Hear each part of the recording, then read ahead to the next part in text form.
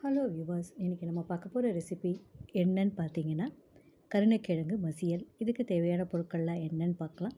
கருணைக்கிழங்கு 1/4 kilo, புளி கரைசல் 1/4 cup, பச்சை மிளகாய் 2, பூண்டு 10 பல், வெங்காயம் 2, தக்காளி 1, மஞ்சள் தூள் 1 டீஸ்பூன், மிளகாய்த்தூள் 2 டீஸ்பூன், கடுகு 1 டீஸ்பூன், உளுத்தம்பருப்பு 1 டீஸ்பூன், உப்பு, நல்லெண்ணெய் தேவையான அளவு, கருவேப்பிலை கொத்தமல்லி சிறிதளவு.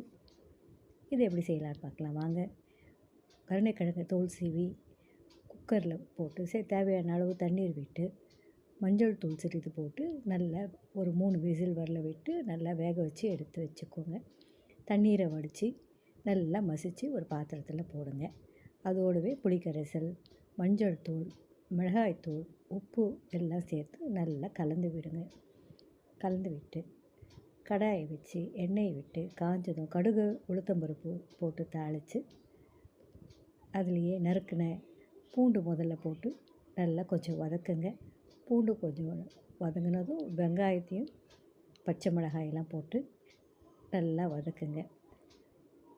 ஓரளவுக்கு நல்லா வதங்கினதும் தக்காளி துண்டுகளையும் அதிலே சேர்த்து நல்லா வதக்கி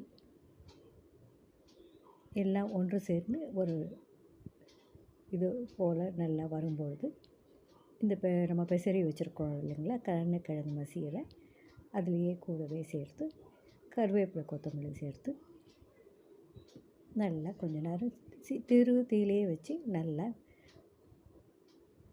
கிளறி விடுங்க. ஓரளவுக்கு ஒரு 5-10 நிமிஷம் நல்லா கிளறுங்க. ஓரளவுக்கு நல்லா கிளறி அது ஒரு பொன்னிறமாக வரும் வரையில் நல்லா கிளறி கருவேப்பிலை கொத்தமல்லி தூவி இறக்குங்க. இது தயிர் சாதத்துக்கெலாம் ரொம்ப அருமையாக இருக்கும். சாம்பார் சாதம், தயிர் சாதத்துக்கெல்லாம் ரொம்பவே பிரமாதமாக இருக்கும்.